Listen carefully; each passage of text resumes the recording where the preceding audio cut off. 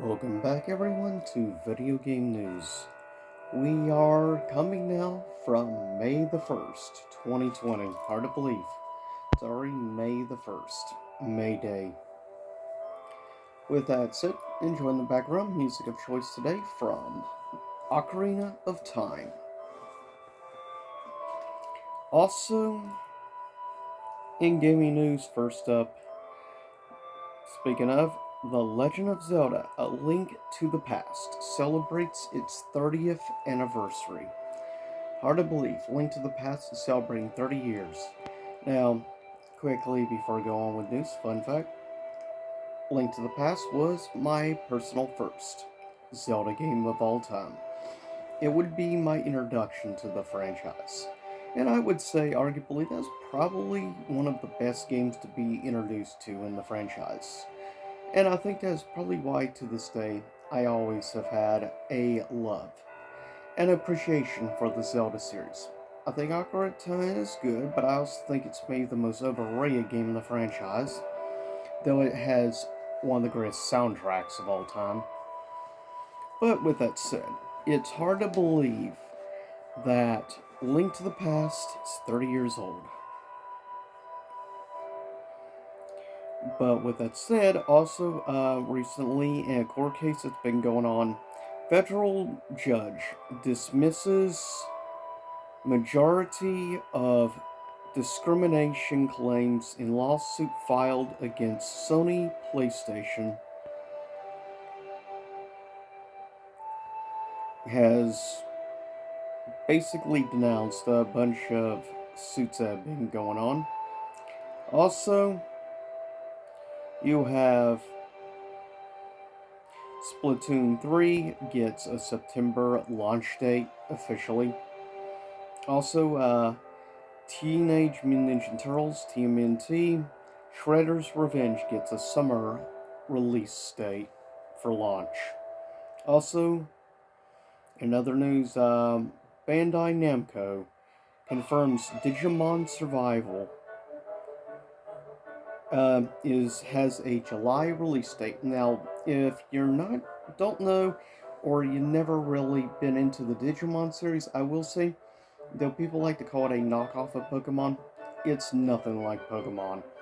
It was much more heavily influenced by some back in the 90s that I remember having when I was a kid, called Tamagotchi.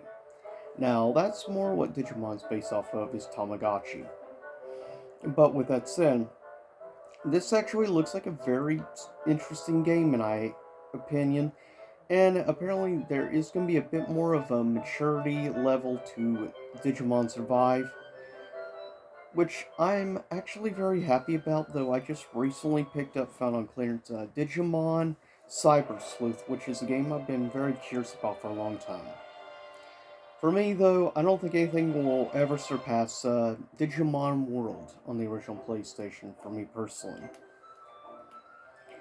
But with that said, and fun fact, I like Digimon more than Pokemon. At least the animes, there's much better variety, different characters. I mean, only seasons 1 and 2 are actually connected of Digimon shows, and I actually appreciate that. But game-wise, that's one of the things I like about Digimon, is there's such a variety of play styles in various different games. Also, Sonic Origins arrives this summer to celebrate the 30th anniversary of Sonic the Hedgehog. So something else celebrating 30 years this year, so think about that. Sonic is 30 years old, and Link to the Past is 30 years old. That makes me and many other retro gamers, well, as we're called today, retro gamers, but makes us feel definitely old. Also, Wrath of the Lynch King expansion for is being re-released for World of Warcraft Classic, or WoW Classic rather. So, Wrath of the Lynch King, admittedly, is, I think, like the trailer for the game. I think is one of the greatest video game Cinematics I have ever seen. The cinematic for Lynch King is just breathtaking and amazing. Beautiful, the music, the style of the animation, the way the dragon comes back to life and everything. Though I've never played WoW, I gotta say they had some of, I think, maybe the best cinematic trailers I've ever seen. But nothing tops Wrath of the Lynch King. I mean, the design of Lynch King and everything. One word it describes it: epic. Also, Sega reportedly working on a big budget reboot, supposedly big budget reboots for Crazy Taxi and Jet Set Radio, aka Jet Run Radio. Well, that's cool, talking about maybe remaking those two games. They both very much deserve love. Though I will say, I wish they would at least do a remaster of Jet Set Radio Future, which arguably I like more than Jet Run Radio. Just saying. I mean, it was in the dual pack that I got when I originally picked up my original Xbox. It was that combined with Sega GT 2002. Also, Atlas celebrates selling 1 million copies of Shin Megami Tensei 5. So this is a pretty big deal because Atlas doesn't always have huge sales. Well, a million may not seem like a lot to a lot of people, but trust me, compared to most Shin Megami Tensei games, keep in mind the Shin Megami series is very much of a niche thing, as really for a long time was Persona.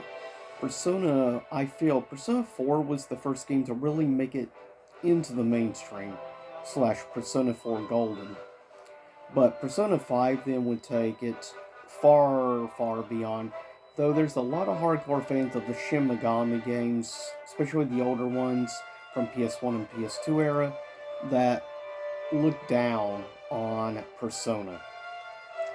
I think actually Persona deserves a little more respect just because it actually helps get more people interested, and maybe through the Persona games gets people to check out the Shin Megami Tensei series. So, I say, good on it. And more people should check out also the Persona slash Shin Megami Tensei portable games for the PSP. I highly recommend those games. Also, but congratulations to Atlas for selling 1 million copies of Shin Megami Tensei 5.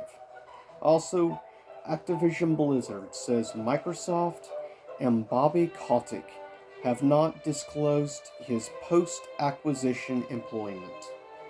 Yeah, I'll be curious to see. Hopefully we do get rid of Bobby Kotick, but it's hard to say. He's kind of like a cockroach, unfortunately. First he kind of destroyed partially some of the English dub animes, given he was head of 4Kids Entertainment before he took over Activision Blizzard. Also, want to mention there's a remake being actually made right now of Elden Ring for the Game Boy. And I'm not joking, actually trying to do somehow a Game Boy version of Elden Ring. And eventually, apparently, the person wants to actually develop an actual physical cartridge so he'll be able to play on Game Boy Color and stuff. And I think that's actually awesome. Fun fact, the person working on this remake of Elden Ring is the same person who also was involved in the remake of Bloodborne, converting it over to a PS1 style game, though it was exclusively PC. But if you're at all curious about that remake, I recommend checking out Maximilian Dude's 6 hours stream he did of playing through the remake of Bloodborne. It's actually quite interesting, and it really gives off a Nightmare Creatures type feel. If any of you don't know Nightmare Creatures, look it up. It's an awesome game. It hasn't aged well, but it's a blast, honestly. A classic hack and slash from that era. Also, here's a couple things from Metacritic Games. Postal 4, which I can't believe there was actually a Postal 4 after The controversy, it was Postal 3. Sadly, I never got to experience because it was a PC only. Postal 4, no regrets. Has a PC rating among critics of 31% and has a 6.6 user score. So the users like it a lot more than the critics. MotoGP 22 PC release has a 74% critic score, no user. Series X has a 79% critic, no user. Xbox One, no info. Switch, no info. PS4, no info. PS5 has a 77% critic and a 6.3 user. Also, Star Wars The Force Unleashed remaster of the Wii game, of course, for Switch.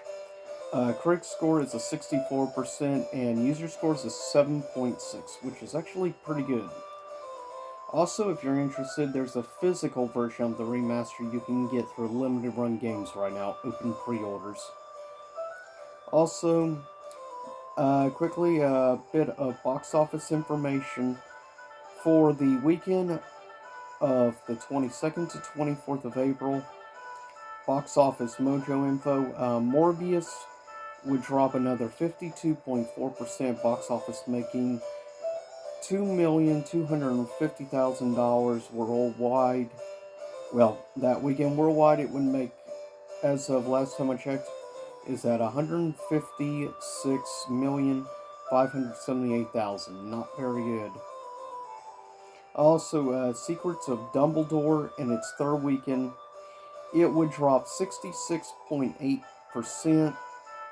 It would make an additional $14 million on its weekend, and it worldwide would stand at the time at $280,327,000.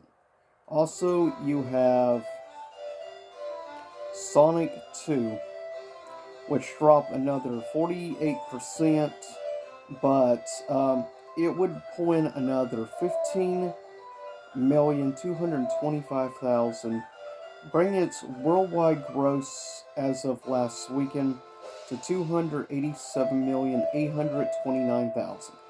Put that into comparison, just shy of $288 million. The first Sonic movie would end up doing $318 million. So I think that this one, Sonic 2, is going to do around the same range of Sonic 1, which is not bad, really.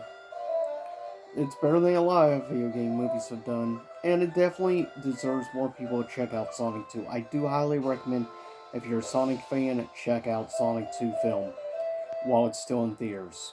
Show your support for it. With that said, I'll see y'all next time, and just officially started this morning. Upload first of a new series for May Ultra Street Fighter 4 tournament. In July will be the annual Killer Instinct tournament, which I believe this will make like the 6th Killer Instinct KI tournament. So looking forward as always. But with that said, I'll see y'all next time. Same time, same YouTube channel. Also, I'm going to be recording today a little bit of gameplay of a game. Most people, I don't know why, I asked opinions on social media, and this was the game out of the options that people chose. So I'm going to do a little bit of commentary. Given this is my first time trying out the game, I decided, it's been a couple years and no one's talking about the game anymore, so try it out now. I'm going to be doing a bit of a walkthrough and see how and give my first reaction on it as I play, and that is Anthem. Don't know why I'm doing it, but yeah, given I was given a copy of the game back a couple years ago as a birthday gift, which is so weird because they know I'm wasn't interested, but I'm gonna give the game an actual fair shot. But with that said, I'll see y'all next time. Stay safe out there.